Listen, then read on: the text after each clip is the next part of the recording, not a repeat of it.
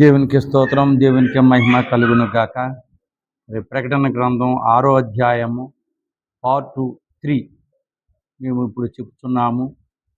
జాగ్రత్తగా విని మీరందరి కోసం కూడా సబ్స్క్రైబ్ చేసి, షేర్ చేసి, తర్వాత లైక్ చేసి మొత్తం అందరికీ కూడా తెలియపరచవలసిందిగా కోరుచున్నాము. ఇది తెలియపరిచినందుకు దేవుడు ఇచ్చే బహుమతి ఏం కాదు, కానీ దేవుడు అద్భుతమైన బహుమతి మీకు ఇవ్వగలరు.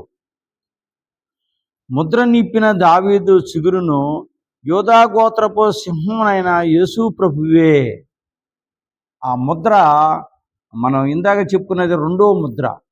ఈ రెండో ముద్ర ఇప్పింది సింహపు గోత్రమైన యేసు ప్రభు గారు ఇప్పారు. ఎర్రని గుర్రం మీద భూమిపైకి రాగా మృదువైన దూడ వంటి స్వభావము కలిగిన యేసును, మృదువైన దూడ అంటే గడ్డి మేసేది గనుక అది ఆ స్వభావాన్ని, దూడ వంటి స్వభావం కలిగిన యేసును తిరస్కరించి మిగిలిపోయిన జనాంగములో శాంతి ఉండవలసినది, కానీ శాంతికి బదులు గందరగోళము ఏర్పడెను. ముందు దూడలాగా వచ్చారు, ఎవరు ఎన్ని ఇబ్బందులు పెట్టినా భరించారు, సహించారు. కానీ ఇప్పుడు ఎర్రటి గుర్రం మీద వచ్చారు. ఇప్పుడు కూడా మిగిలిపోయిన సంఘాన్ని తీసుకొని వెళతారు. కానీ వాళ్ళు శాంతించి ప్రభువేపు తిప్పి ప్రభువేపు ప్రార్థించాలి. కానీ అలా కాకుండా గందరగోళం ఏర్పాటు చేసి మనశ్శాంతి లేకుండా గలిబిలైపోతున్నారు. 7 సంవత్సరాల్లోనే శ్రమలు. దీనికి ఇంకా ఎవరైనా ముందు పార్ట్ 2లో ఇచ్చి ఉన్నాను. యేసు ప్రభు మరలా భూలోకమునకు వచ్చినప్పటికీ అన్ని రాజ్యములోనూ, కుటుంబములోనూ, పట్టణంలోనే గలిబిలిగా నుండును. ప్రభు మళ్ళా భూలోకం మీదకి వచ్చారు. వచ్చినప్పుడు కుటుంబరావులు ఇవన్నీ కూడా గలిబిలిగా ఉన్నాయి.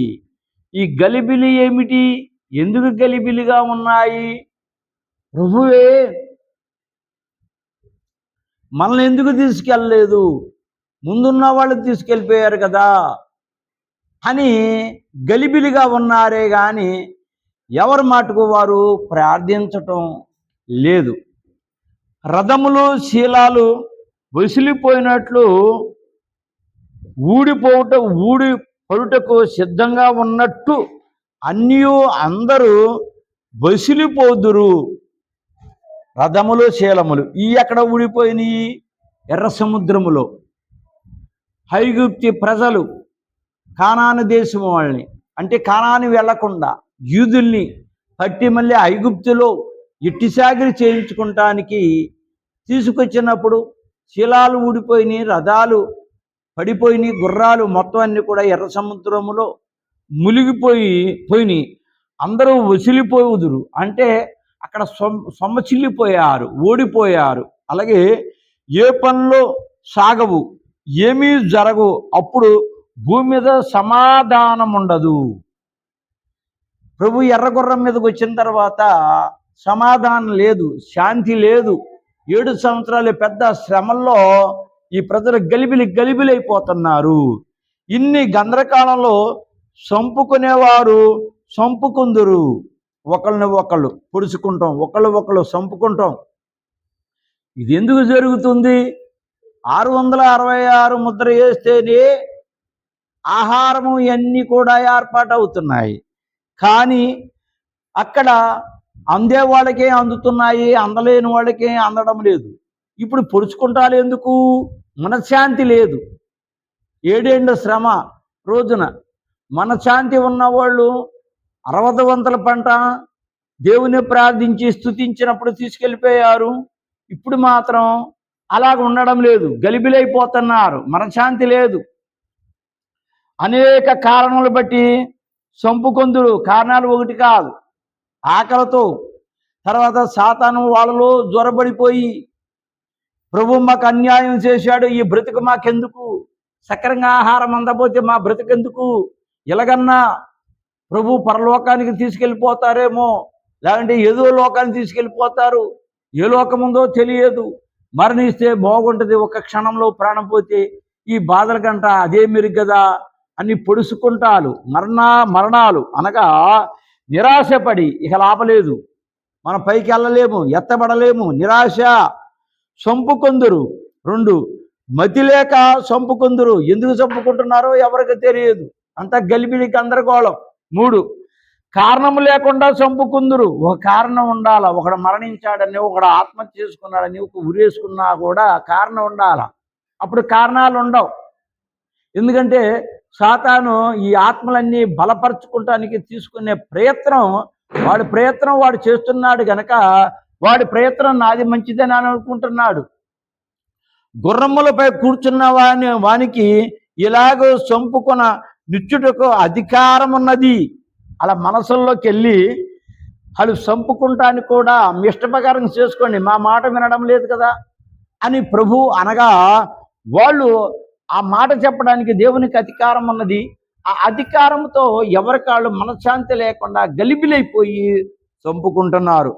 వారు చంపుకున్నటకు గల కారణములు: 1, ప్రభు వీరిని వదిలి సంగమును తీసుకుని వెళ్ళను గనుక మతి చెడును. వధువు సంఘాన్ని పైకి తీసుకెళ్ళిపోయారు గనక, ప్రభువు వదిలేశారు గనక, నా ఇంట్లో నా భార్య వెళ్ళిపోయింది, లేక నా భర్త వెళ్ళిపోయాడు, లేకుంటే నా పిల్లలు వెళ్ళిపోయారు అని గలిబిలి, ఈ గలిబిలి ఉండటంలో ఈ ఏర్పాట్లు జరుగుతున్నాయి ఇక్కడ. అందుకని ఇక మనం ఎందుకు అన్న వాతావరణం కలిగి చంపుకుంటున్నారు. 2, రెండవసారి కూడా వీరికి వదిలి ఇంకొకరిని తీసుకుని వెళ్ళును. రెండోసారి వచ్చినప్పుడు కూడా 60 వంతుల పంటని తీసుకొని వెళ్ళిపోయారు. అయ్యో, మేము మమ్మల్ని తీసుకొని వెళ్ళలేదని గోస. మేము ప్రార్థిస్తున్నాము కదా, మేము స్తుతిస్తున్నాము కదా, నా పక్కన ఉన్న వాడిని తీసుకెళ్లారు, నన్ను ఎందుకు తీసుకెళ్ళలేదు? మన ఈ లోకంలో అనుకుంటాము, అయ్యో మేము కన్నీటితో ప్రార్థన చేస్తున్నాము, మాకు న్యాయము అన్యాయం కాకుండా న్యాయమే జరుగుద్దని మనం అనుకుంటా ఉంటాము. ఆ కన్నీరు ప్రార్థన కూడా విశ్వాసం లేకుండా నామకార్థ కన్నీరు అయితే కుదరదండి. విశ్వాసంతో, నమ్మకంతో, హృదయ వాంఛనంతో, ఆనందంతో, కొంత భయముతో గడగడ వడుగుతూ నువ్వు ప్రార్థన చేయాలి, దేవునికి భయపడాలి. గనుక ఒకరినొకరు చంపుకుందురు. ఒకరు ఏం చేస్తారు? ఈ కారణాల చేత చంపుకుందురు. క్రీస్తు రక్షణ, రక్తము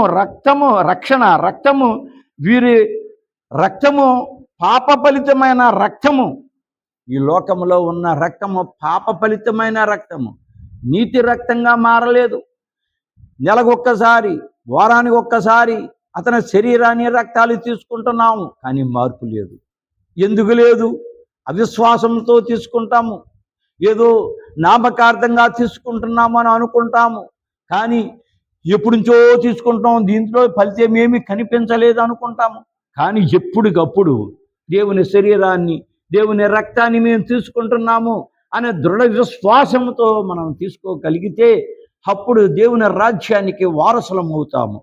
వీరు చంపుటకు యేసు ప్రభువే కారణం అని కొంత అతను అనుకుంటాం. ప్రభు 3వసారి వచ్చుట, ఈసారి వచ్చినప్పుడు చంపుకునే వారిలో విశ్వాసులు ఉందురు. కొంత 3వసారి ముందు ఏ గుర్రం మీద వచ్చారు? తెల్లటి గుర్రం మీద, పరిశుద్ధాత్మ గుర్తైన గుర్రం మీద వచ్చారు. రెండోసారి ఎర్రటి గుర్రం మీద, ఎర్రని కత్తి, ఎర్రని బట్టలు వేసుకొచ్చారు. వారి గ్రామములు ఇండ్లు ఒక చోటనే గనుక వారు చంపబడుదురు. గనుక ఈసారి ప్రభు నిజ విశ్వాసం కత్తితో వేరు చేయవలెను. ఎవరు? విశ్వాసులను, అవిశ్వాసులు ఉన్నారు, వాళ్ళిద్దరినీ వేరు చేయుట. అప్పుడు భూమి మీద గొప్ప గలిబిలి ఏర్పడను.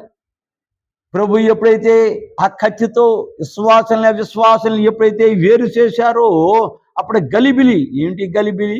అతని గంట ఎక్కువ ప్రార్థన నేను చేశాను కదా, అతను నన్ను వేరు చేశారు, అతను తీసుకెళ్ళిపోతున్నారని గలిబిలి. అసలు ప్రార్థన విధానం కుదరాలి, ప్రార్థన సమయం కుదరాలి. నీ ఇష్టం వచ్చినట్టు ప్రార్థన చేసి నీ ఇష్టం వచ్చినట్టు కన్నీరు కారిస్తే కుదరదు. ఒక టైం ఉంది, ఒక సమయం ఉంది, ఆ సమయాన్ని ప్రార్థన చేయాలి. మన హృదయము పూర్తిగా దేవునికి ఇవ్వాలి. మన కన్నీరుతో ఎడతెగక కన్నీరు కార్చుకుంటూ ప్రార్థన చేయాలి, సమయం అనుకూలతను బట్టి. అలా చేయక పక్కనున్న వాళ్ళు చేసిన తర్వాత 10 మంది కన్యకలు 5 మంది కన్యకలు మిగిలిపోయిన సమస్య వల్ల వీళ్ళు గలిబిలి అయిపోతున్నారు. ఇంకా గలిబిలి. ఆరోహణ కాలములో అనగా రాకడ కాలములోను పైకి వెళ్ళిపోయిన వారిని గురించి లోకాస్తులో వారు కనబడనందువల్ల గలిబిలి కలిగి ఉందురు. భూలోకం మీద నా పక్కన ఉన్నవాడే, లేకుంటే నా ఇంటి పక్కన ఉన్నవాడే వెళ్ళిపోయాడు, అతని గంట ప్రార్థన నేను ఎప్పుడు చేశాను కదా, యేసు మోసగాడు, దగాకోరు, అందుకని నన్ను తీసుకెళ్ళలేదని ఇంకా నిందలు వేస్తూ గలిబిలి చేయటం జరుగుతూ ఉంది. నిష్కళంకులైన చిన్న బిడ్డలు ఆరోహణమైనందువల్ల తల్లిదండ్రులైన వారు వారి కొరకు రొమ్ము కొట్టుకొనుచూ వేడ్చుచూ, నిష్కళంకములైన అంటే ఏమీ తెలియని వాళ్ళు అయితే చిన్న బిడ్డలు ఆరోహణమై నందువల్ల, చిన్న బిడ్డలకి ఏమీ తెలియదు, పాపం ఎరగరు. ఈ బిడ్డలు కూడా పరలోకానికి బోర ఊదినప్పుడు వెళ్ళిపోయారు. దానికోసం కొంత బాధ, వాళ్ళు వెళ్ళిపోయారు కదా అని తల్లిదండ్రులైన వారు వారి కొరకు రొమ్ము కొట్టుకొనుచు, తల్లిదండ్రులు నా బిడ్డలు వెళ్ళిపోయారు కదా, మేము వెళ్ళపోయాము, నా బిడ్డలు అక్కడికి వెళ్ళిపోయారు, అయ్యో దేవుడు అన్యాయస్తుడు. బైబిల్ ముందు రాసి పెట్టి ఉన్నది.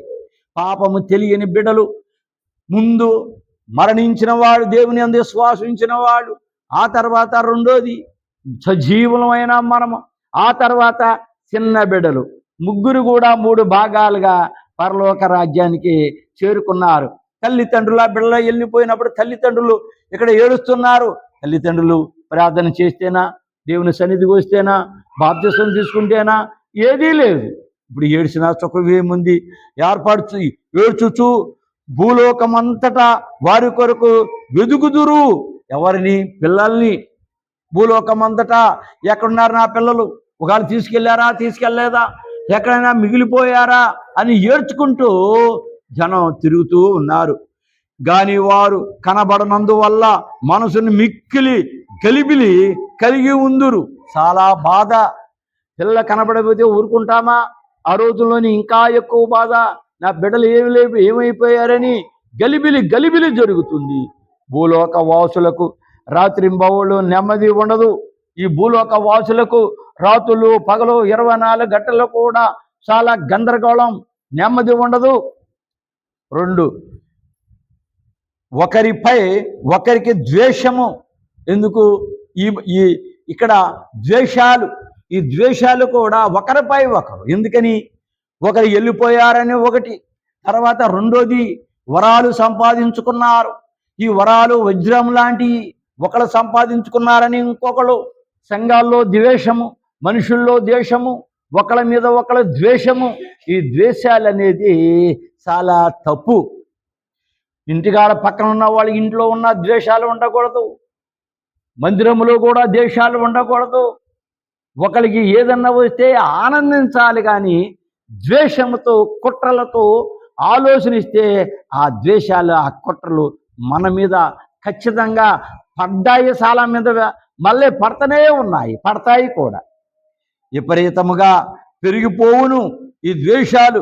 ఇండ్లు కాలిపోతుండగా గృహములోని సామాగ్రిని బయట పెట్టు కొన్నప్పుడు ఆ బయట పెట్టిన సామాగ్రిని దొంగలు దొంగిలించినట్లు ఇల్లు కాలిపోయి గందరగోళాలు జరుగుతుంటే, అయ్యో ఇల్లు కాలిపోతున్నాయి, ఆ సామాన్లు, విలువైన సామాన్లు కొన్ని తీసి బయట పెట్టుకున్నట్లు ఆ కాలముండును.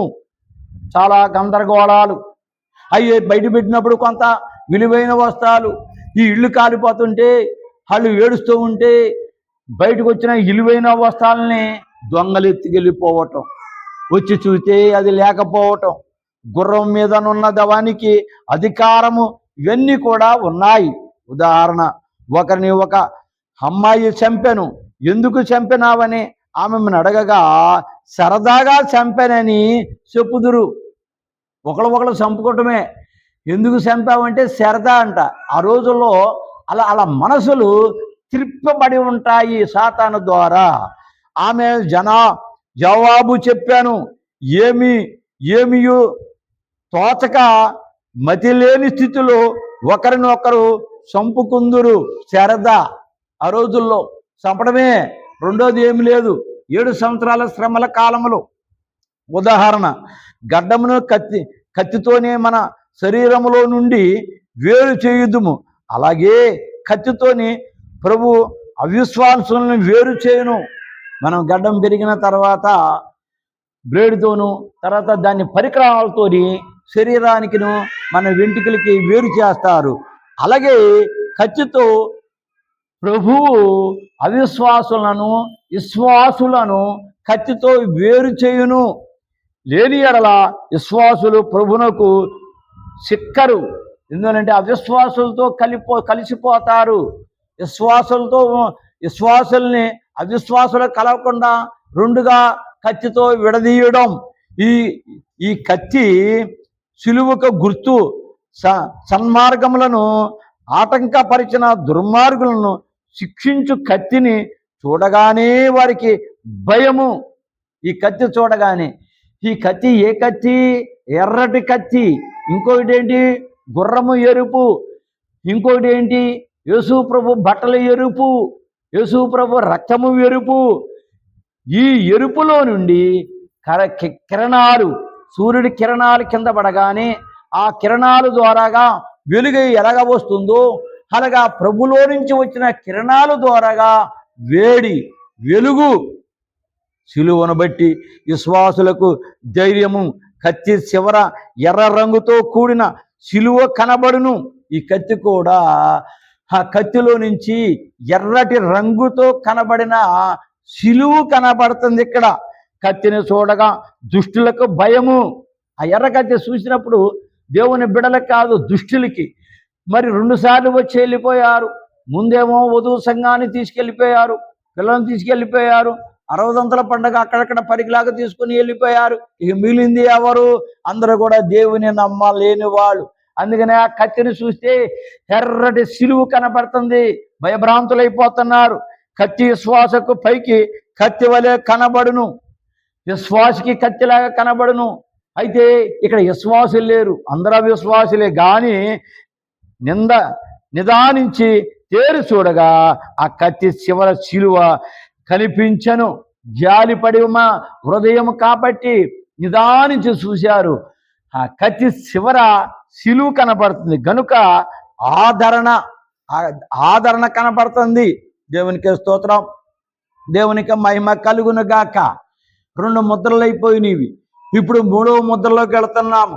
ప్రకటన గ్రంథం 6వ అధ్యాయము 5-6 వచనములో ఈ 3వ ముద్ర కనబడుచున్నది.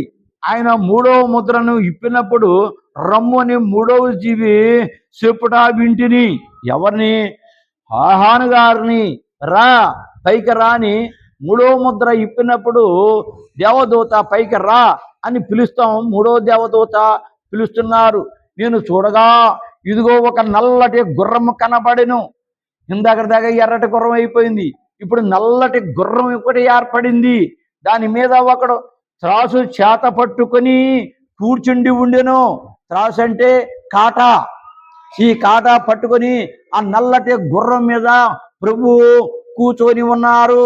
మరియు దేనర్రము నాకు ఒక పేరు గోధుమలనియు, దేరన్నరమునకు 3 శర ఇవ్వలనియు, నూనెయు ద్రాక్షరసమును పాడు చేయవద్దని ఆ 4 జీవుల మధ్య ఒక స్వరము పలికినట్లు నాకు కనబడెను. నూనెయును ద్రాక్షరసమును పాడు చేయవద్దని. నూనె సాదృశ్యము పరిశుద్ధాత్మకు, తర్వాత ద్రాక్షారసము దేవుని రక్తానికి సాదృశ్యమై ఉన్నది. వాటిని పాడు చేయొద్దని ఒక శబ్దము ఆ 4 జీవుల మధ్య ఒక స్వరము పలికినట్లు నాకు కనబడెను. ఆ 4 దేవతల దూతల మధ్య ఆ స్వరము వినపడుతుంది. నూనెను ద్రాక్షారసముని పాడు చేయకండి అని. ప్రకటన 6 అధ్యాయం 5వ వచనము. ఆ 4 జీవులు అనగా సింహము వంటిదియో, దూడ వంటిదియో, మనిషి ముఖము వంటిదియో,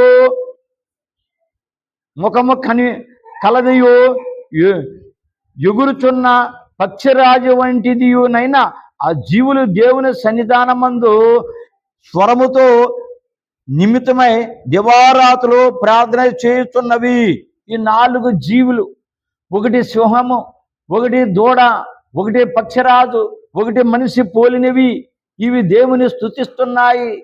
దేవుణ్ణి గాన ప్రతిగానములతో పరిశుద్ధుడు పరిశుద్ధుడు పరిశుద్ధుడని గాన ప్రతిగానములతో రెండు రెక్కలు కాళ్ళు మూసుకుని, రెండు రెక్కలు కళ్ళు మూసుకొని, రెండు రెక్కలతో ఎగురుతూ దేవుని స్తుతిస్తున్నాయి. గనుక వారికి మానవుల మీద అధికారమై ప్రేమ కలదు. వాటికి మానవుల మీద ప్రేమ కలదు. ఎందుకంటే మానవుడు తండ్రికి సరిపడా ప్రార్థన చెయ్యలేరు గనక దేవదూతల వల్ల మన ప్రార్థన సంపూర్ణమైన ప్రభువా, ఇదిగో ఈ బిడ్డకి ఫలానా కావాలంటున్నారు, అది ఇవ్వండి ప్రభా అని దేవదూత ప్రభుకి రికమెండేషన్ చేయటం. ఆ ప్రేమతో పాటు మానవుల మీద హక్కు కూడా కలదు. మన మీద హక్కు దేవదూతలకు కలదు. ఎందుకంటే మన పక్షాన దేవునికి ప్రార్థిస్తున్నాయి గనక, దేవుని గణపరుస్తున్నాయి గనక మన మీద అధికారం పక్షులు దేవదూతలకు ఉన్నాయి. మన ప్రార్థన నెరవేరినదో లేదో అని వారి మార్పును గూర్చి పరీక్షించవలెను. మన ప్రార్థన చేస్తున్నాము ఈ లోకంలో. ఈ ప్రార్థన పైకెళ్ళి తండ్రి దగ్గరికి వెళ్ళి ఆ ప్రార్థనకి సమాధానం వస్తుందా రాదా పరీక్ష. ఈ పరీక్ష చేయను. ఈ ప్రార్థన కోసం చాలాసార్లు చెప్పాను. ఎందుకంటే మనము ఫలాంది కావాలని, ఫలాని విషయమని మనం ప్రార్థించినప్పుడు ఆ ప్రార్థనకి ప్రతిఫలం మనకు అది వచ్చిన తర్వాత ఆ అవసరత తీరటమే మనకు ఫలించే ప్రార్థన. ఒకవేళ ఆ అవసరం తీరగా ఫలించకపోతే, మన ప్రార్థన సమాధానం రాకపోతే మన ప్రార్థన సాలలేదని మనం గ్రహించాలి. మనం ఎవరి మారు మనసు గురించి ప్రార్థిస్తున్నామో వారి మీద మనకు ఒకటి హక్కు ఉన్నది. ఎవరి మారు మనసు గూర్చి ప్రార్థిస్తున్నామో వారి మీద మనకు హక్కు ఉన్నది. ఏ కుటుంబం మీద రోజు మనం ప్రార్థిస్తున్నామో, ఏ అవసరత మీద ఆ కుటుంబం మీద ప్రార్థిస్తున్నామో, ఏ కుటుంబానికి దర్శనం కావాలన్నప్పుడు మనం చూసిన తర్వాత హక్కుగా మనం చూసి వాళ్ళకి సమాధానం చేస్తున్నామో, ఏ కుటుంబాన్ని మనము వాళ్ళని స్వాధీనం చేసుకుని ఆ కుటుంబం కోసం కన్నీటితో మనం ప్రార్థన చేస్తున్నామో ఆ కుటుంబం మీద అధికారము ఉంటుందట.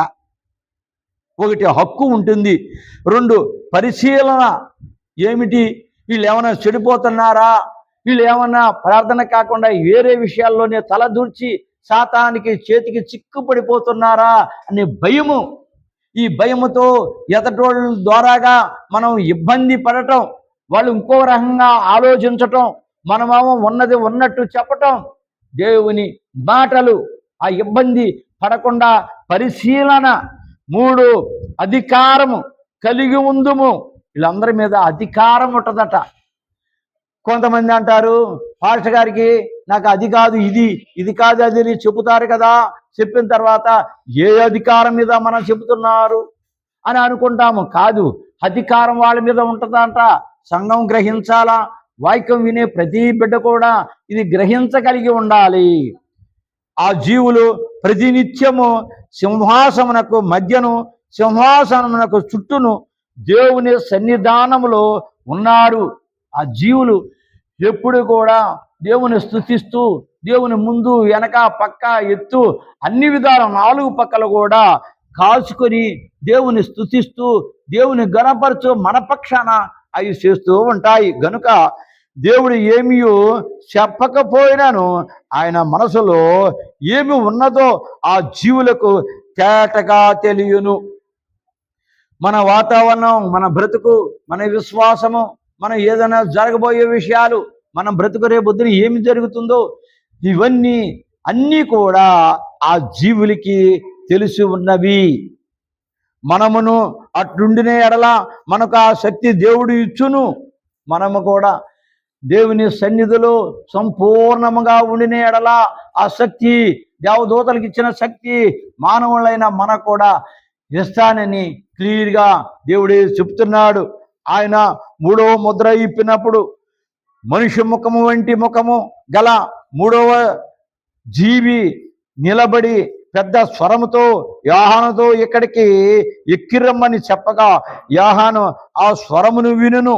ఆ మూడవ జీవి, అయ్యా మీరు పైకి ఎక్కి రండి అని చెప్పినప్పుడు యోహాను విన్నప్పుడు ఆ పైకి ఎక్కడం అనేది జరిగింది.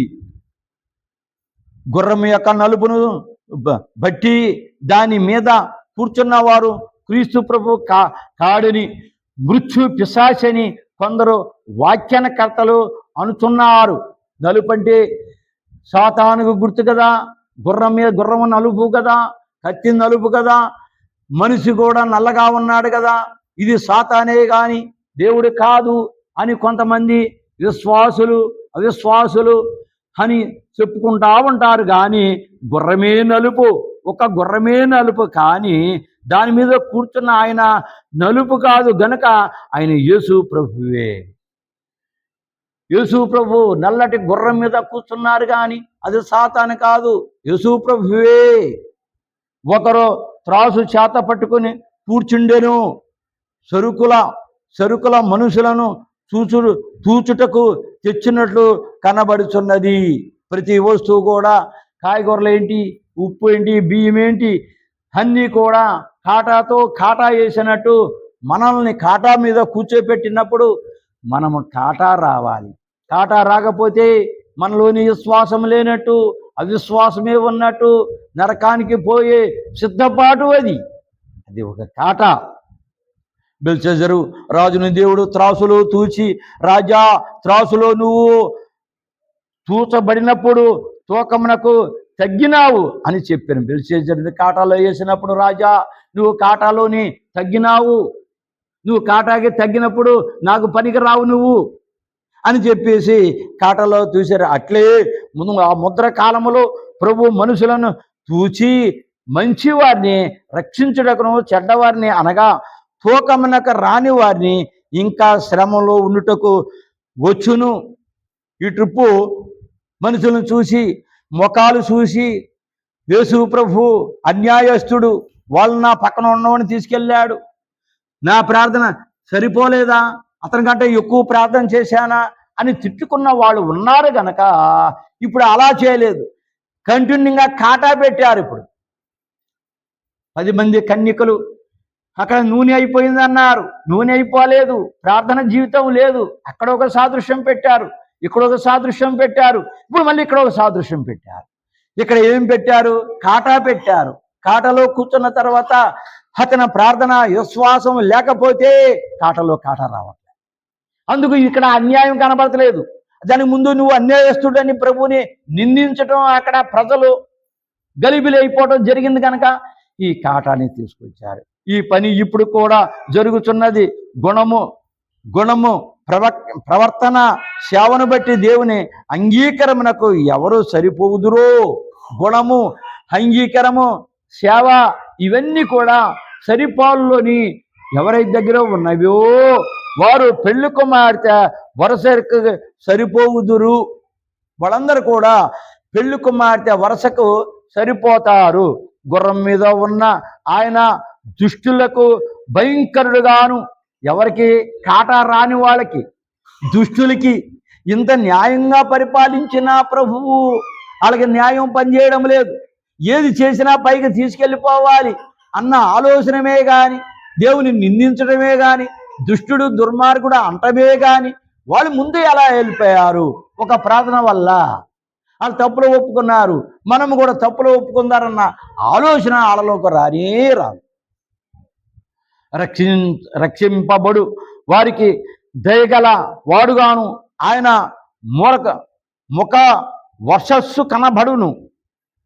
రక్షించబడ్డ వాళ్లకు దేవుడు ఇతను భయంకరమైన మంచి ప్రవక్త, మంచి దేవుడు అని ఆనందంతో గంతులు వేయచ్చు వాళ్ళు దేవుని స్తుతిస్తున్నారు.